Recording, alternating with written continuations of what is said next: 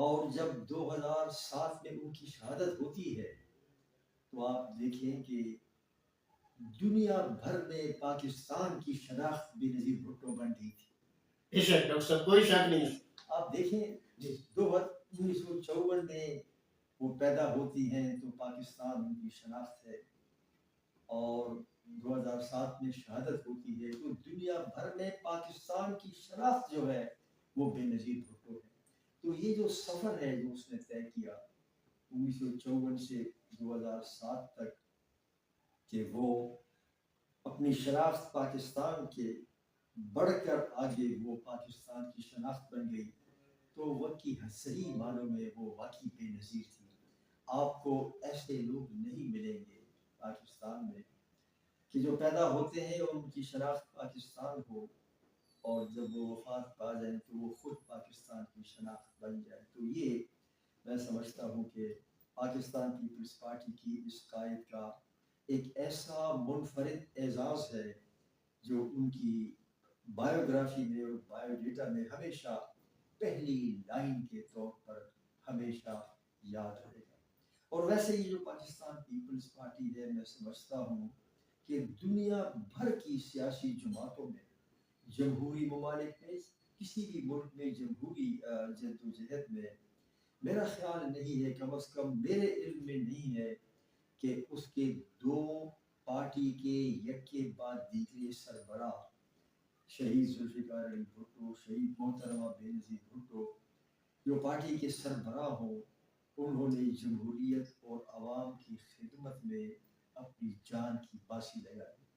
آپ کو بہت سی سیاسی جماعتیں ملیں گی جنہوں نے بڑی طویل جدوجہد کی ہے، ان کے کارکنوں نے بھی جدوجہد کی ہے، ان کے لیڈران نے بھی جدوجہد کی ہے، لیکن میرے ذہن میں دنیا کی کوئی ایسا ملک نہیں ہے، کوئی ایسی سیاسی جماعت نہیں ہے جس میں ایک سیاسی جماعت قائم ہوتی ہے، ایک لیڈر قائم کرتا ہے اس سیاسی جماعت کو، خود وہ لیڈر جدوجہد میں جان کی قربانی دیتا ہے، پھر اس کی بیٹی قائد بنتی ہے اور وہ بھی جمہوری جدوجہد میں جام شہادت نوش کرتی ہے. یہ اعزاز بھی محترمہ بے نظیر بھٹو کو اور پاکستان پیپلز پارٹی کو جاتا ہے.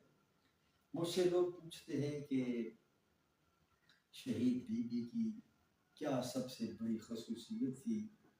وہ دیکھیے ایک جو بڑا لیڈر ہوتا ہے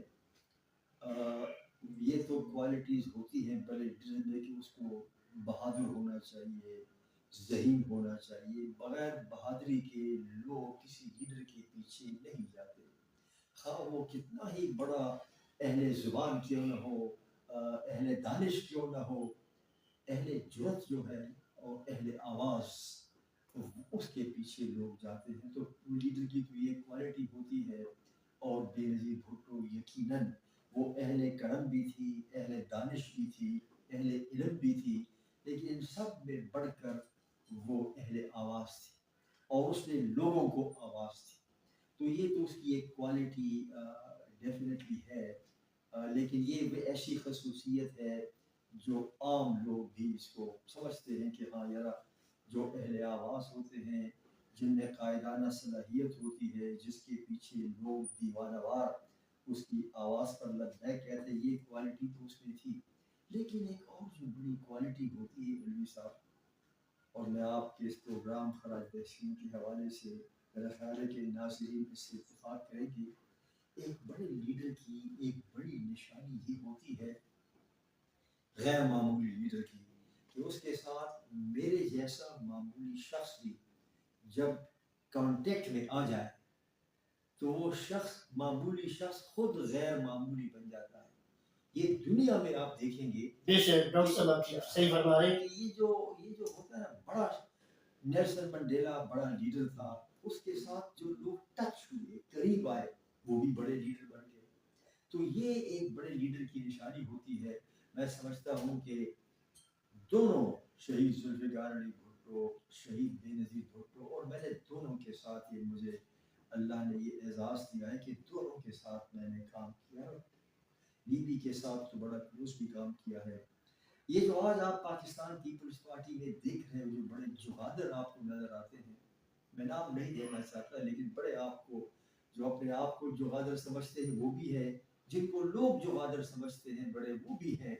خواہ کوئی اپنے آپ کو جو غادر سمجھے یا کچھ لوگ ان کو جو غادر سمجھے، وہ اگر آج بڑے نظر آتے ہیں، وہ اگر اپنے قد کار، تو وہ اپنے قد کار سے بڑے نظر اس لیے آتے ہیں کہ وہ ایک بڑے لیڈر کے ساتھ منسلک ہوئے.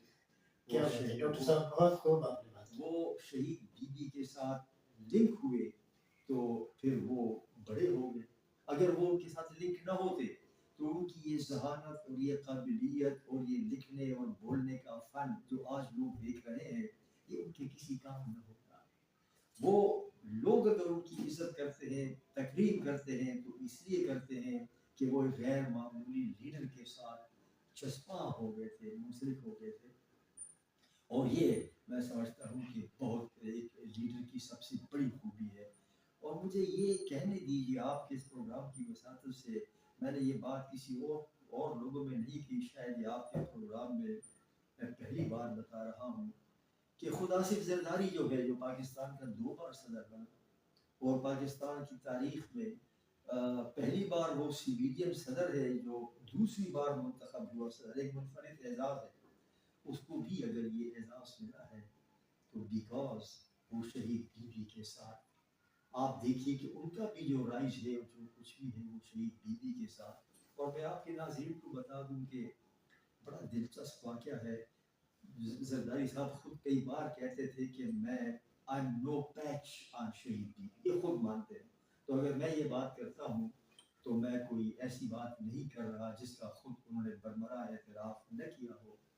لیکن میں آپ کو بتاؤں کہ وہ بھی یہ جانتے ہیں، جانتے اور اچھی طرح جانتے ہیں کہ اگر ان کا تعلق بی بی کے ساتھ نہ ہوتا اور یہ وہ اگر ڈیٹیچ کیا جائے تو آصف علی زرداری وہ نہیں رہے گا جو آج ہے. مجھے یہ اس لیے یاد ہے کہ جب ہم ایوان صدر میں تھے، پہلی جب ان کی صدارت کا دور تھا، تو ایک بڑی گرم افواہ چلی کہ آصف زرداری صاحب نے دوسری خفیہ شادی کر لی ہے.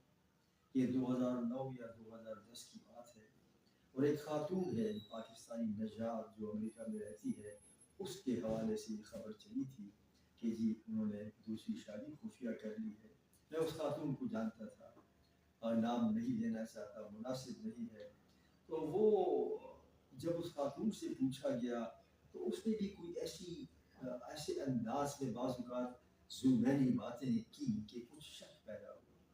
اور بھارت سے بڑے جریدوں نے، اخبار والوں نے ٹیلی فون کیا اور کہا کہ بھئی ہمارے پاس ثبوت ہیں. تو میں بھی سوچا کہ یہ مجھے یقین تھا کہ شادی تو نہیں کی ہوگی، لیکن ایسے تسلسل یہ بات ہوئی کہ میں نے زرداری صاحب سے علیحدہ وقت مانگا. تو میں ان سے، حالانکہ میں ترجمان تھا اور ہر صبح ہماری 4-5 دوسرے لوگوں کے ساتھ ان کے ساتھ ملاقات ہوتی تھی. تو میں نے کہا جی میں اکیلا ملنا چاہتا ہوں. تو جب میں اکیلا ان سے ملا، اس نے کہا خیر تو ہے، کیوں؟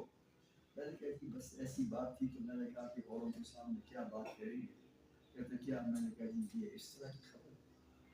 کہتے تم بھی یہ سمجھتے ہو کہ تم نے مجھ سے یہ پوچھا؟ میرا تو خیال یہ تھا کہ اگر تم سے کوئی بات کرے گا تم تو مجھ سے پوچھو گے ہی نہیں. میں نے کہا کہ وہ مجھے یقین تھا، لیکن جس تسلسل کے ساتھ اور جس خاتون کا ذکر آ رہا ہے اور جو جس طرح سے وہ باتیں کر رہی ہے، اس نے کہا یہ بڑی پتے کی بات ہے. اس نے کہا دیکھو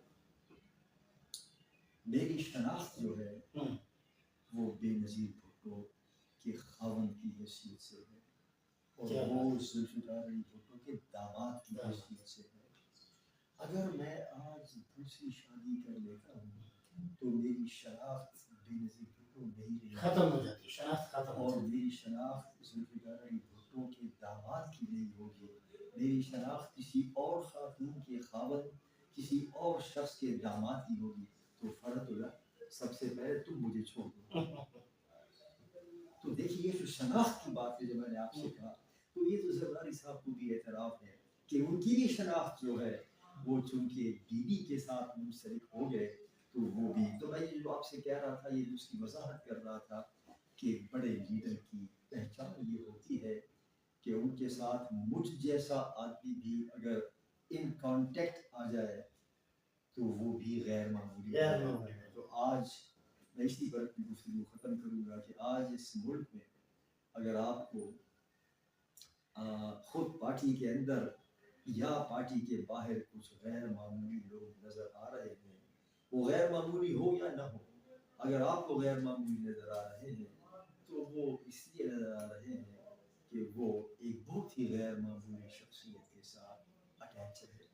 اور اس بات پہ ختم کرنا چاہتا ہوں کہ ایک بڑے لیڈر کی یہ نشانی بھی ہوتی ہے کہ جوں وقت گزرتا جاتا ہے تو اپنے دور میں وہ متنازع بھی ہوتے ہیں، اپنے دور میں تمام عمر سنگزنی کرتے رہے اہل وطن، ان پر سنگزنی بھی ہوتی ہے، لیکن جب ان کی موت ہو جاتی ہے وفات کے بعد، شہادت کے بعد، تو جتنا وقت گزرتا ہے تو وہ جو ان کے پیروکار ہیں، وہ جو ان کے فالوورز ہیں، وہ تو مانتے ہی ہیں، لیکن وہ جو مخالفین ہوتے ہیں وہ بھی مان لیتے ہیں۔ تو یہ جو بڑا شخص ہوتا ہے، بڑا لیڈر ہوتا ہے، وہ وقت گزرنے کے ساتھ ساتھ وہ جو اختلافات ہیں گروہی سیاسی، ان سے بلند ہو جاتے ہیں۔ آج بہت شکریہ ڈاکٹر صاحب فرت اللہ صاحب، آپ کا بہت شکریہ۔ ناظرین، ہم سب مل کر فرت اللہ بابر صاحب کا شکریہ ادا کرتے ہیں۔ میں نے تو ڈاکٹر صاحب سے بڑے عرصے سے میں ٹائم مانگ رہا تھا، آج ظہر مقدر کے فرت اللہ بابر صاحب نے مجھے ٹائم عطا کیا۔ میں دل کی اتھا گہرائیوں سے فرت اللہ بابر صاحب کا مشکور ہوں۔ ناظرین کرام، فرت اللہ بابر صاحب پاکستان میں کسی تعارف کے محتاج نہیں ہے، یہ غیر معمولی شخصیات کے ساتھی رہے، دیرینہ ساتھی رہے، ان کی وفا شماری کسی سے ڈھکی چھپی نہیں ہے۔ اور رہی بات بی بی کی یادوں کی، بی بی کی باتوں کی، تو ایک مجھ جیسا عام آدمی بھی بی بی کی ذات پر بات کرنا چاہے تو کئی گھنٹوں تک بات طویل ہو سکتی ہے۔ فرت اللہ بابر صاحب تو ایک سکالر ہیں، ایک دانشور ہیں، ایک نشیب و فراز کو سمجھنے والے بی بی کے ساتھی ہیں، بھٹو صاحب کے ساتھی ہیں۔ اور اپنی گفتگو کے دوران ڈاکٹر صاحب نے بہت سارے انکشافات بھی کر دیے، اور آپ نے سنا کہ ڈاکٹر صاحب نے کہا کہ اس سے پہلے ڈاکٹر صاحب نے کبھی یہ بات نہیں کی۔ زرداری صاحب کو بھی ہم سیلوٹ پیش کرتے ہیں، خراج تحسین پیش کرتے ہیں کہ انہوں نے وفا کا ایک بہترین نمونہ پیش کیا اپنے آپ کو۔ ایک طویل عرصہ تک پابند سراسر رہے، لیکن کسی مفاہمت کے لیے اظہار نہیں کیا۔